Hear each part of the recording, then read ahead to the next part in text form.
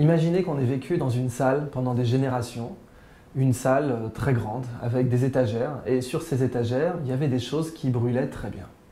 Alors un jour, on a pris l'habitude de les brûler pour se chauffer l'hiver. Et on était très fiers de ça, d'avoir inventé un moyen de les brûler pour se chauffer l'hiver. Il y avait des gens dans la pièce qui ne voulaient pas qu'on brûle les trucs sur les étagères, mais on les a tués. On s'en est débarrassé de ces gens-là. Et puis, nous, on a pris l'habitude de brûler les trucs. Et un beau matin, on se réveille et on se rend compte que la pièce dans laquelle on était, c'était une bibliothèque. Et que ce qu'on était en train de brûler, c'était des livres. Alors on les sort du feu, on tape sur les pages, on essaie de souffler, de les éteindre. Et on voit plein de schémas, de molécules thérapeutiques, de dessins dignes de Léonard de Vinci, des trucs incroyables, des plans d'architectes, mais on en a cramé la moitié. Et bien ça, c'est le rapport de l'être humain à la nature. La nature est une bibliothèque, elle l'a toujours été, et nous, on l'a brûlée au lieu de la lire. Et ça fait peut-être 500 ans qu'on brûle la nature au lieu de la lire, en se croyant intelligent. Et les gens qui disaient « Non, non, il ne faut pas la brûler, la nature, elle est pleine d'informations et de connaissances et de sagesse », eh ben, c'était les natifs. Et les natifs qui sont analphabètes, en fait, il s'avère qu'ils savaient lire la nature, qui est une bibliothèque bien plus grande que nos bibliothèques à nous. Alors, moi, j'ai travaillé dans la Silicon Valley, et j'aime bien, par exemple, Apple, qui est une société intéressante et prospère au possible. C'est une société richissime. Et Apple, ils vont inaugurer bientôt leur grand centre, leur nouveau bureau dans la Silicon Valley, qui leur ont coûté 4 milliards, et pour fêter les 40 ans de leur existence. Eh bien, 40 ans de R&D, ça se respecte. Personne n'irait brûler Apple aujourd'hui. Ça fait 40 ans qu'ils font de la recherche et développement. On ne va pas brûler ce qu'ils ont fait, quoi. Eh bien, la nature, elle, ça fait 4 milliards d'années qu'elle fait de la recherche et développement. Et du coup, ces solutions sont juste époustouflantes. On n'arrive même pas à les comparer aux nôtres, en fait. La nature est tellement high-tech que sa comparaison avec nos technologies, on considérait qu'elle n'avait pratiquement aucun sens.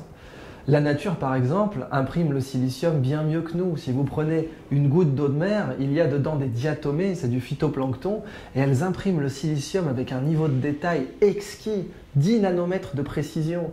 Nous, nos meilleurs fabricants de semi-conducteurs, comme Intel aujourd'hui, n'arrivent pas à imprimer à plus de 14 nanomètres. Et quand vous comparez une diatomée à nos puces électroniques, la messe est dite, elles sont beaucoup plus high-tech que nous.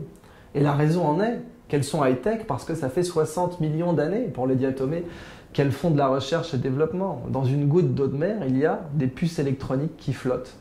Et elles flottent en nous narguant depuis 60 millions d'années. Donc au XXIe siècle, on est en train de se réveiller, comme je le disais au début. On est en train de se rendre compte que la nature n'est pas faite pour être uniquement une source de matière première, mais qu'elle est faite pour être une source de connaissances. Et que si on l'exploite comme une source de connaissances, eh bien, il n'y a plus de conflit d'intérêts entre nature et croissance. Parce qu'on a vécu dans un mensonge, en fait, un mensonge gigantesque qui était que croître ou préserver la nature, il faut choisir. Et ce mensonge, on peut se le dire dans les pays riches, mais si on va au Brésil, en Inde, ou dans la Chine rurale, c'est très très dur d'aller dire aux jeunes des favelas, par exemple, écoute, tu dois choisir entre ton frigo ou la forêt amazonienne. La première chose que le jeune va vous demander, c'est « Et toi, rappelle-moi, t'as fait quel choix il y a 15 ans ?» Alors, il s'avère que croissance et nature ne sont plus en conflit si et seulement si notre croissance est immatérielle. Et immatérielle, ça veut dire davantage porté sur l'économie de la connaissance. Et ça tombe bien, parce que l'économie de la connaissance, elle est très ancienne en fait, elle n'est pas nouvelle. L'être humain, il a échangé des connaissances bien avant d'échanger des matières premières et d'échanger des outils, par exemple. Quand l'être humain a transféré le feu d'une tribu à une autre, il échangeait de la connaissance. Eh bien, la nature, il faut la considérer comme un puits de connaissances. Et si la connaissance est le nouveau pétrole, en fait, la connaissance, c'est bien plus que le pétrole, ça vaut beaucoup plus cher. D'ailleurs, la boîte la plus riche aujourd'hui, Apple, elle ne vend pas de pétrole. Et la Silicon Valley, ce n'est pas un endroit où il y a des puits de pétrole. Par contre, c'est un endroit où il y a des puits de connaissances. Eh bien, la nature est le plus grand puits de connaissances au monde. de très loin. Tous les problèmes qu'elle a résolus ont des applications biomédicales, physiques, chimiques, tout ce que vous voulez. La nature, elle a un prix Nobel de médecine avec toutes les molécules thérapeutiques qu'elle a développées. Elle a un prix Pritzker avec les plans d'architecte qu'elle nous a inspirés. Par exemple, la Tour Eiffel est un monument bio-inspiré. Les piliers de la Tour Eiffel sont inspirés du tibia humain et c'est ce qui a fait que la Tour Eiffel a fonctionné et a gagné son appel d'offres. Donc, prix Nobel de physique, de chimie, de médecine, d'économie. La nature a créé le seul système où il n'y a pas de déchets, pas de chômage. Quand les feuilles tombent des arbres dans une forêt, on n'organise pas de système de ramassage et on ne subventionne pas les vers de terre pour les récupérer. Donc la nature a tous ses prix et elle est, tellement précieuse qu'on ne doit absolument pas seulement la considérer comme une source de matière première.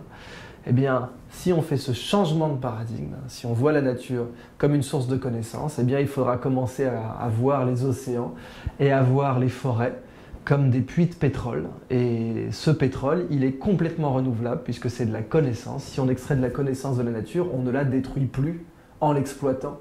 Et ça, c'est l'excellente nouvelle du biomimétisme. La nature n'est pas faite pour être uniquement une source de matière première. Elle est une source de biens immatériel, précieux, renouvelable et partageable parce que c'est la loi de Soudo-Platov. Quand on partage un bien matériel, on le divise et quand on partage un bien immatériel, on le multiplie.